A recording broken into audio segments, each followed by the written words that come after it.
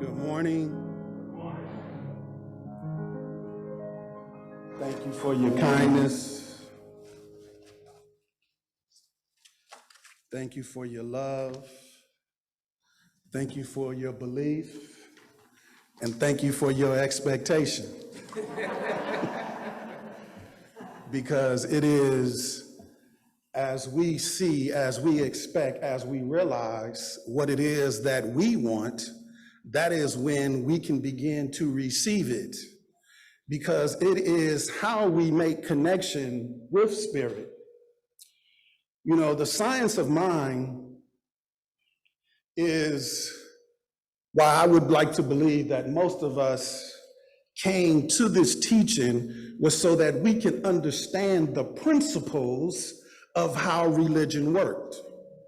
Because in the old teaching, we just had to believe, but yet most of us didn't understand. And so we used our faith, but we had no knowledge behind what it was that we needed to do. And so science of mind was born from those thoughts, for those longings, for those suggestions. And so here we are. But as we grew, we still delayed, didn't really understand the teaching because it required more action from us. And because it required us to do it, we no longer saw God as working on our behalf. But yet we understood it, but yet we didn't recognize how. So therefore, we felt alone. But what I want to start off with today and let us all know is that we have to give all praise to God, to this magnificent idea. You know, Ernest Holmes calls it it because it is undescribable, right? But yet we describe it in a way that we can adhere or understand the tenets that it has within it. And as we pay homage to it, obeisance, respect, honor, we draw ourselves closer to this power.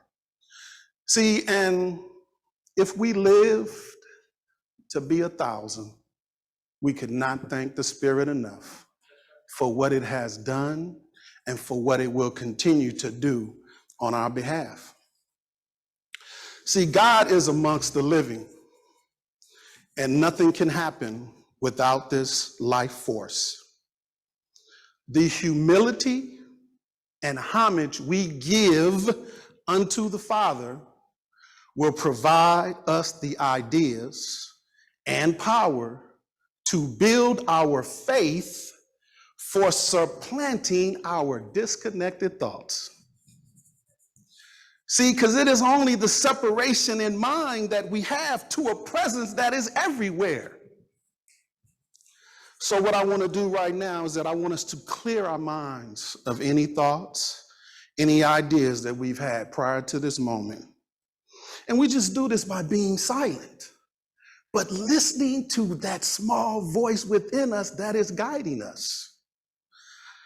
So with this understanding, let us recognize that there is one God, there is one life and power that exists in this universe, and it operates through the power of thought. Now, may we realize our practicing the presence will activate our spirit through our prayers and affirmations. See, we got to have an idea of how to describe the thing that we want.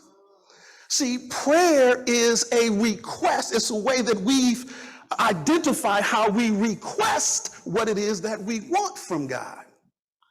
See, we have to know that the yearning or the longing that we have is from the pain of the life that we have lived, or the longing that we want to release so that we can become aware of who we are.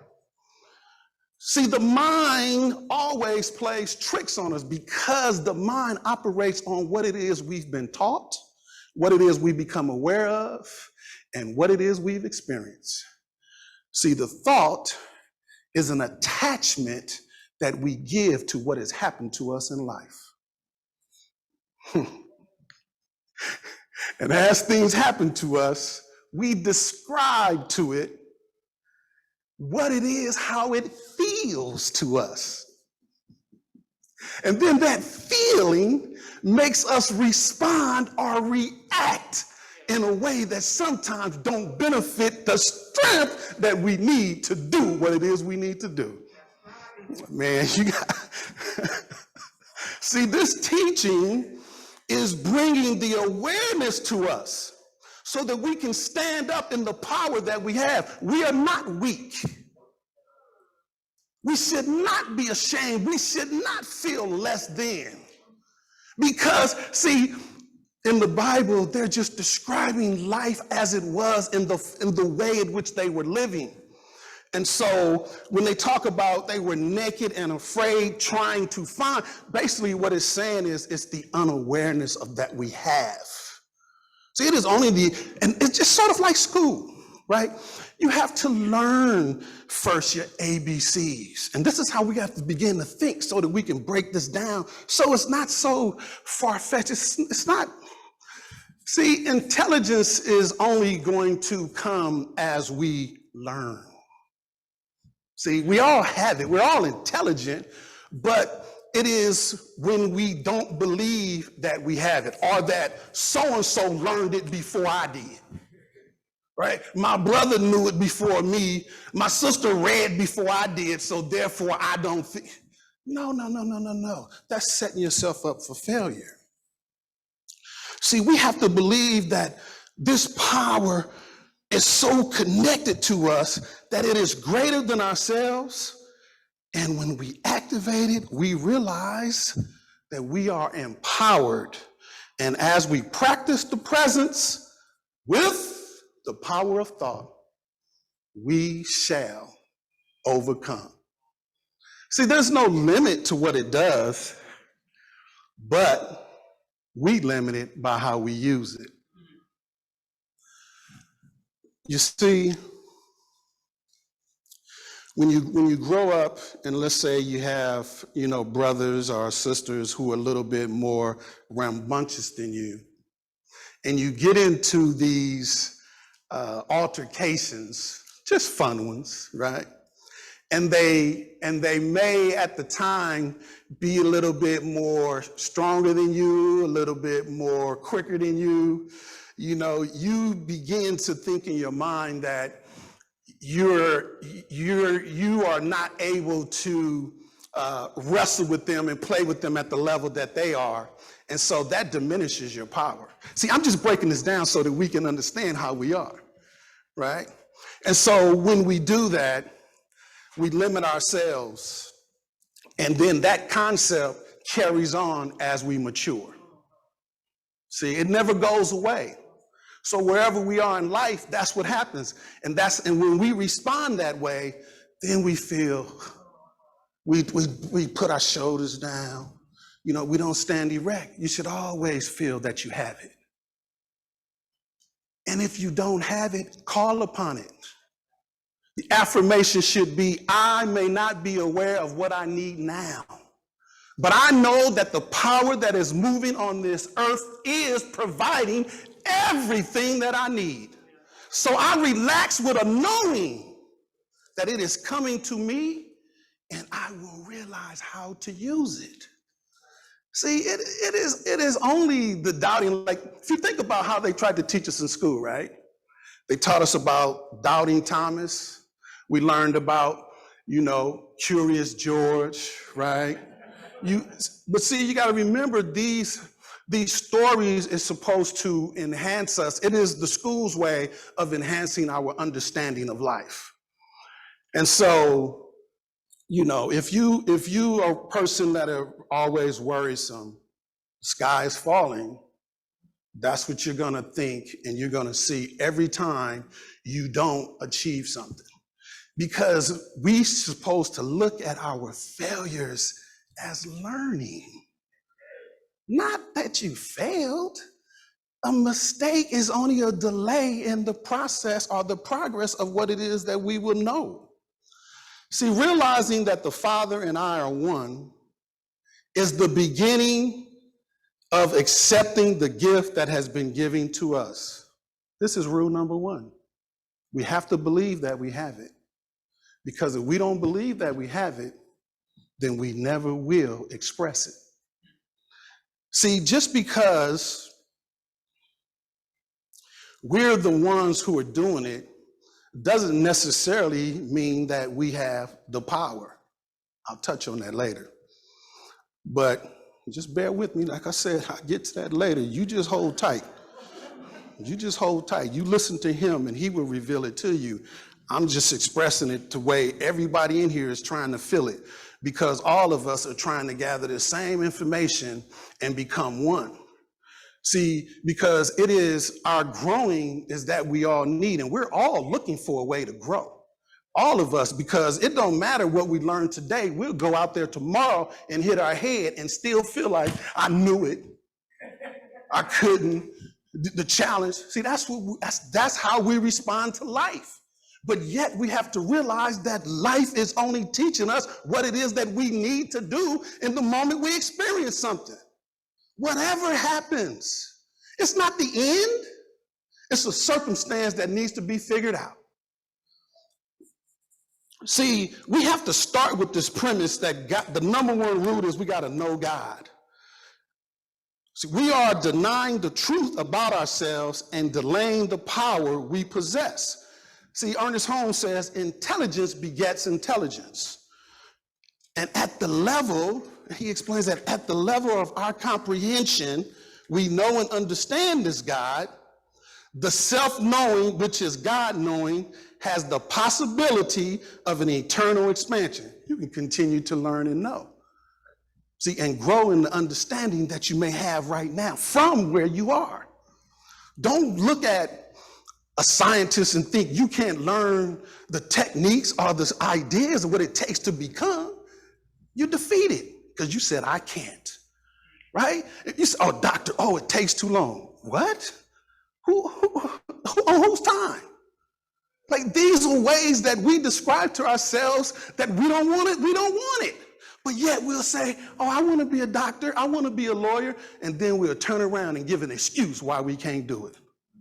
Oh, it's too much blood. Oh, it takes too long. Man, I can't believe it. Man, the teacher.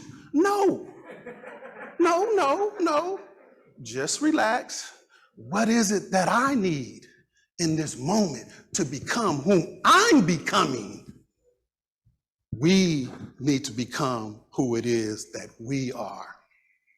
See, as individual intelligence, we communicate with each other and are able to respond to each other, and in so doing, we establish the fact that intelligence responds to intelligence. The same law must hold good whether we think of finite intelligence responding to finite intelligence or infinite intelligence responding to infinite intelligence, for intelligence is the same essence. It don't matter, it's wherever we find it. Holmes goes on to say that it responds to us by corresponding. And just like I said prior, it is in our thoughts that we correspond. See, it's in that. And with this awakening, we should all be able to move past it. It responds to us based on our knowledge, our understanding of the belief we have in the possibility of our requests, demands, or etc. Our belief in God must become our belief of God. This is more powerful and connected to using God than any other way. See, belief in God means believing that there is a God. This is the simplest concept of the faith in God. What's more, believing that there is a God is not the same truly believing in God. Rather, it is a faith with a strong conviction. So A way to break it down here is that to define it is it's a state or a habit that we must trust or have confidence in. So we must believe that we're connected in order to achieve what it is that we're trying to do.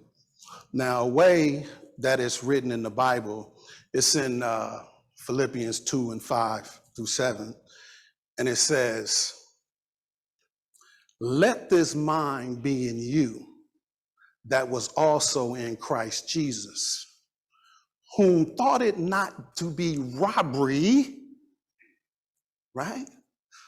"To be equal with God." You see, have to be confident in what it is that you know that you have. Because if you're not, we're gonna all face something.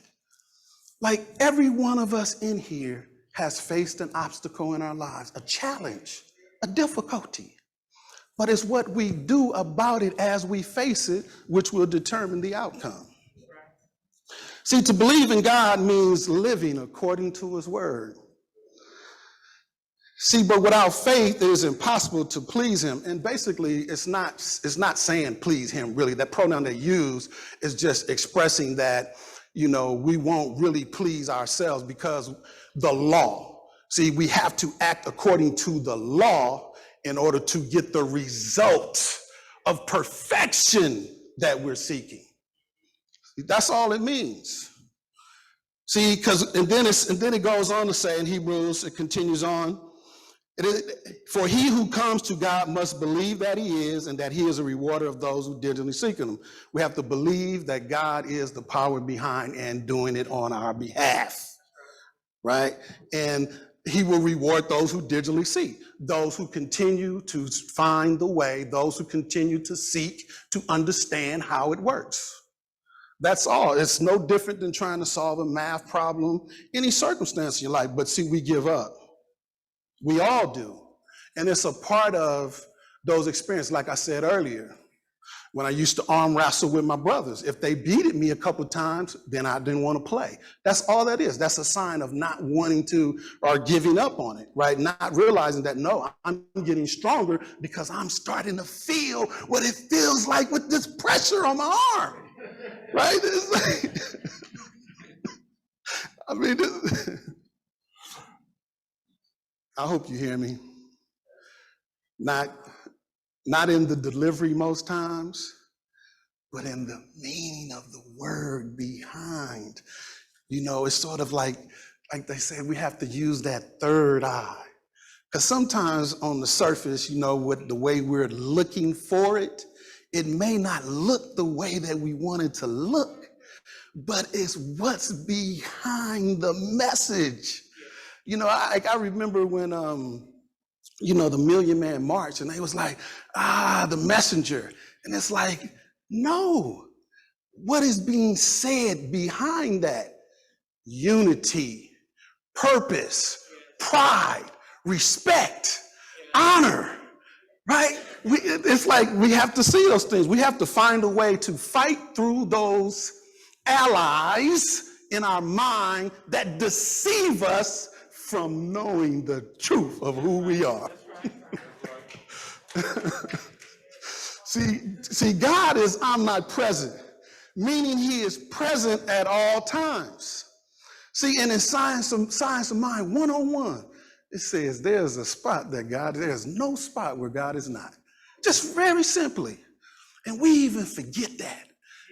Like we'll drive up to a place, and we used to learn in Science of Mind 1, they say, see your parking spot. And now we'll drive up to there and we'll say, this place is so crowded. I can't believe all these people out here. How you gonna find a parking spot? You just said it's crowded. When the whole idea is to find what it is that you want.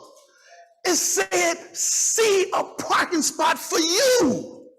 Up front, know that as you're driving, as you're moving towards that there's a spot for you.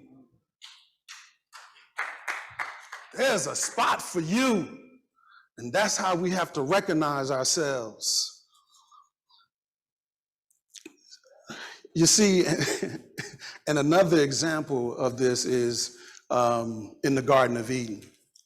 See, when God was very close to Adam and Eve in the garden, and they had when they had strayed away or they bitten of the fruit, it came to them that how this allegory goes is that they were naked, right, and they were ashamed. And then they heard a voice asking them and said, "How do you know?" Right? But if we look at it from the story is trying to get us to recognize how we think unto ourselves. See, because the separation is in mind. See, God is not going to leave or forsake because you've done, right? The presence will reveal more of himself because you need. See, the separation is us. We think God is not available to us because he let me go through that. No, we made a decision, a choice. And this is why in the teaching it's called cause and effect. See? So we can't believe that God is not present or he has left us to our own demise, because as we begin to say that, we should become aware that God is with us, because we begin to think of how this has affected us and what we need to do to change ourselves and our circumstances. The realization is showing us. The realization. Where does realization come from? An understanding of something has happened here that is not right. That is God speaking too, right? It's giving us the awareness that, you know what? I didn't do something right this time that I need to change. Oh, he touched you. I'm telling you, that's what it is. That's what we have to see, and that's where we should believe that God is with us all the time. All the time. Even when we are ashamed, even, they talk about when the son went astray. Even there, it doesn't matter. The prodigal son, for those of you who got that look on your face, I see you. And sometimes my mind, when I'm up here, my mind goes so fast because I like to do it from a perspective of how we live, not more so of, the literal way in which it teaches, because then I believe that it's the best way to learn. Because if you can connect yourself to the story, you can see your way out, right? You can find a way. But if you think of it in the way in which they lived back then, and it's like, and it's like it's over 3,000 years ago. And it's like a lot of times, we can't even, it's like, what? They did what?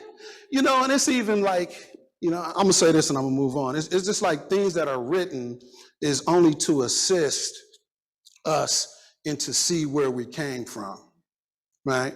So in John 14, 23, 29, it says, Jesus answered unto him, if a man love me, he will keep my words, and my Father will love him, and we will come unto him and make abode with him. So wherever you are and whatever you're doing that you may not be living up to, the Spirit is right there. The Spirit is in here. The Spirit is outside. The Spirit is everywhere because it's in the ether of earth. It's everywhere we go. There's no place. And the things that I have spoken unto you, and then he says, he that have loved me and not keepeth my sayings, and the word which is ye here is not in mind. This is why I don't really like the, but the Father which sent me. So basically it's saying is, as you disconnect yourself from this power, you will not realize that you have the strength to do it. That's all it's saying. And that's that's just a problem that we have and that we need to work on with ourselves. And Jesus said, oh, I spoke it to you though, because the Comforter, which is the Holy Ghost, whom the Father will send in my name, he shall teach you all things and bring all things to your remembrance, whatsoever I have said unto you. Now earlier, remember when I said that you'll have a thought that comes? The Holy Ghost. It will come and it will tell you, but see, a lot of us grew up, the Holy Ghost, we think it's going to be something that makes us want to dance and shout all the time. Not all the time. It's a small voice that comes to you and tells you, hey, take a look at this, slow down. You may not want to do this. Remember, mama told you, it's cold outside. Put your jacket on, right? Be safe, right? And this is how we have to see it. So Jesus goes on to say, the peace I leave with you, my peace I give unto you, not as the world giveth, because why? We know things happen in the world, like we'll take it back, right? Even your friend, they'll give you a jacket, then a couple of days later, I wasn't supposed to give you that. Could I have, right? So that's what it's talking about. So we have to recognize that. Ye have heard how I said unto you, I go away and come again unto you. If ye love me, you would rejoice. See, but we don't rejoice because we think he's left us. We think it's going to come back on a lightning bolt, right? Flying and, loud bangs and thunderous sounds. No, I come as a thief in the night, silent within you. See, only to help you know that it is me, because I came to you. Because, let's be honest, if something came down out that sky on a lightning bolt, who would sit here? I'm just saying.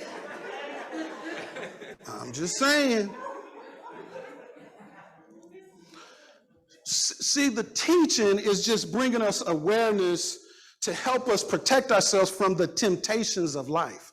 And just because you're tempted by something doesn't mean it's bad. Like, see, let's be clear, right? It's just saying that something that may not be for your good or your benefit may come to you and present itself as good. But it is in the knowledge of who you are, which is know thyself, right? That's what will protect us from falling into the den of iniquity, right? Unto that abyss of suffering. Because once it gets a grip on us and we've told ourselves that it's good and it made me feel good, we want more of it. That's how it is being as a human. That's how it is. And that's what we got to know. This is knowing yourself. That's all I'm saying. Just know yourself and know that I can't be around that. I can't go over there because they doing that over there and I don't do that no more. I ain't saying it's bad. I'm saying it ain't for me. So we don't need to judge no one else. We just look at ourselves and we do what's best for us. That's it. And it don't matter if they don't like it. It don't matter. You got to get to the place that you happy being alone, right? I know you love Al Green. I'm so tired of being alone. I know it. I like it too. I know it. But being alone with yourself is where you find yourself. And that's what we're saying we're here to do. We're trying to find ourselves so we can live differently, so we can be better. And it don't mean you bad. It just means you ain't where you want to be yet. I got a place to go. And I can't get there until I get myself right. And it ain't talking about the outside. It's talking about the inside. It's talking about the knowledge that one has about himself, about where it is he's trying to go. How long you practice, brother? Come on, man. How many days? That's my point. It takes time, over and over, repetition. Trevor, how many times you hurt your fingers, man? They hurting right now. Because he's been plucking and playing the bass. We're quitting that. Man, how long you been feeling that arthritis in your hands from playing? How long? It's going to still. It don't stop. You got to love what you're doing and love where you're going and expect to receive the good when you get there. That's what you got to know, that I may not have it right now, but when I get there, I'm going to be great. People going to want to hear. People going to want to see. We got to know that we are it. Remember the game, Tag, You're It? We all been tagged. You're it. The Spirit has tagged you. Whether you've been using or not, it's tagged you, and you're it. And just because you haven't achieved, don't worry about it. Look within, bring your hands together, and say, I humbly submit myself unto you until I recognize what it is that I'm supposed to do. Peace and blessings to you.